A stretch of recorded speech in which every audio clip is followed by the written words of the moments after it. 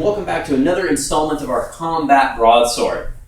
We've done a lot of basic stuff, okay? And now we're going to start bringing that basic stuff together to start build a broader Tai Chi broadsword repertoire, okay? We've got our footwork so we can move with the body. We're agile and light on our feet. We've built our basic network of defense. We've added absorb and return the attack, and we've got the head wraps. We've also added the covering hand. And what we're going to do today is we're going to bring a lot of that together, and we're going to start doing what's called yielding blocks or deflections, okay? This is going to start to look even more like Tai Chi, because of course in Tai Chi, we don't want to meet force with force, and with our blocks, we haven't been doing that because we want to absorb, yield back, and then return, but we're going to do even less of that. We're really going to carry the momentum of the attack, but there's some very right and very wrong ways to do this, and we're going to talk about that today. But like I said, this is going to be bringing a lot of techniques together, so make sure that you've been doing your drills and you feel comfortable with the elements that we've done so far, because if you're not solid in your defense, your attack, and your movement in hand, you're not necessarily going to be executing these techniques correctly, because it's all about muscle memory. We want to build that instinct to go to those correct positions and then move from there. All right? So now we're going to talk a little about yielding blocks. I'm going to go ahead and get Tom out here, and he's going to help me out. We're going to show you what that looks like.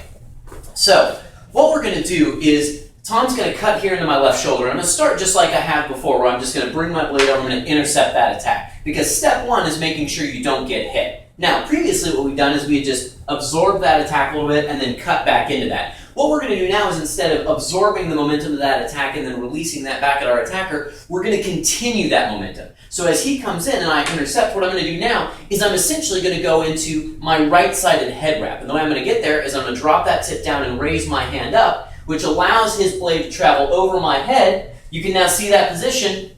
Here's that head wrap that we've always been doing. Just this head wrap that we've seen before, same thing. This time I'm just getting there from the other side of my body with this block. So Tom cuts in, I pick up that blade and head wrap that off. And you can see how that allows his momentum to continue unabated, but just carries it over my head. Same thing from the other side. If he cuts into this side, I'm going to catch. Now I'm just going to go into the head wrap from the other side. I'm going to bring the hand up, wrap over, and there's that head wrap again. That's called a yielding block or a deflection, because I'm not breaking the energy, absorbing and returning. I'm continuing that momentum pass and then releasing it to activate my cut. Now, a couple really important things. This is where really having the muscle memory for those defensive positions becomes very helpful, because if Tom cuts into the left, I want to come here first. Now, as we know from the Tai Chi form, there are no stopping points in the Tai Chi form. But from the form, you learn the end points of movements. I learn, part of the wild horse's mane, okay, this is what it should look like at the end. But once you've really been doing the form, you don't go there, stop, and then move on. You move through that. It's a transition position. And these blocks that we've been learning, that we've been dedicating to our muscle memory, those are the transition positions. So I don't want to stop and then go into this block, because then what's going to happen is Tom is just going to recover back before I can get in there. So as he comes in, I want to make it all one fluid movement, catch, roll it over, and cut. What I don't want to do is go hunting for this blade. So if Tom cuts in a nice wide open arc, I don't want to reach up for this blade thinking, oh, I'm going to deflect this off. Because there's a couple things that can go wrong with that. You're essentially predicting what your opponent is going to do and how you're going to respond. And the two big things that can go wrong is if Tom cuts in and I go too soon, he's going to come right in under that because I've tried to catch his blade and I mistimed it, okay? And a lot of that is not just a matter of the timing, it's also a matter of gauging exactly what level he's going to cut at. Because if I come from here and start a cut, you can't really tell at what height I'm going to cut. I could be cutting up here, here, here, here. I can really drop that blade all the way down to the leg from here and cut. So if I just assume, oh, he's going to cut up here, and he comes in under that, I've left myself wide open. Secondly, if he knows that I'm prone to these yielding blocks, and if I go hunting for this deflection, then what he can do is he can try to actively lure me into that. So what he can do is he can do a two-line attack where he's going to start high to draw me up, and then just snake right in that under that on purpose. So if he has any deceptive ability, if he's got any rolling of the wrist, he's just going to sucker me in. Same thing from the other side. If he comes in from this side and I go hunting up for this blade, he drops right under that, wide open across the bottom. So I want to make sure that before I begin the deflection, I've made a successful connection. I want to stick in it here and then redirect. So as he cuts in, I'm going to stick in it here and then redirect, because as soon as I make that blade contact, now I know I've got him. Now I've got that blade secure, and I'm making that from a defensive position where I've got that full coverage all the way down one side of my body. So unless he drops to a leg, in which case I can drop that blade down, as long as he's staying up here with the upper body, I'm in a good defensive position. And if he does go for the leg, it's another solid defensive position. So I'm not necessarily having to guess, okay, here's exactly where I think his blade's going to be. I'm going to cut out and try to intercept that. So good defensive position, feel the energy, and then roll that over in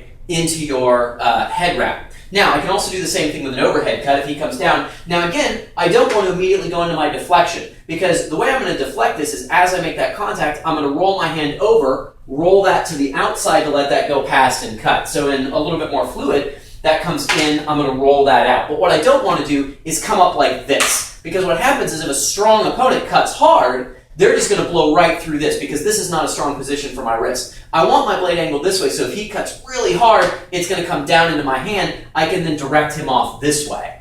But once I get him, if he cuts down and I get that blade secured, then I can roll that off and come in with that continued head wrap. Okay? There's not really a lot of deflecting cuts down by the legs, because a cut coming into the leg for me to try to deflect that and come all the way over my body, that's pretty ludicrous. I could try to come in and cut that past, but really at that point, if I'm going to pull that leg back into a crane step, I might as well just move back and make the counter cut, which we're going to talk about counter cutting in our next video, okay? So for now, we've got 3 basic ideas of a deflection. Now you can deflect in a lot of different ways, you can play with this, but our 3 basic is cut from the left. I'm going to pick that up, come over. You'll see I'm bringing around that securing hand. We're bringing all our techniques together. Here's my footwork, here's my head wrap, there's my defense, there's my offhand. He can cut from the right. There's my defense, there's my head wrap, there's my footwork, there's my covering hand.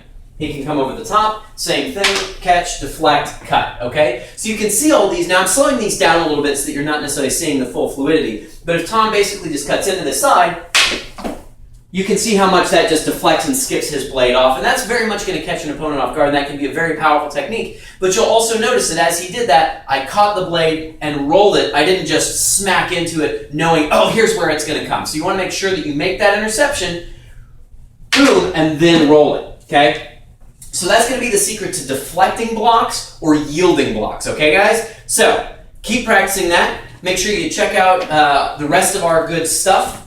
Subscribe to our page. Click a like on this video. You can also find us at stonegatewellness.com or taichibroadsword.com. We're getting that started. We've got a great blog going over there. We're going to be putting up some other more detailed videos, so give us a view over there, and we'll see you guys next time. Thank you.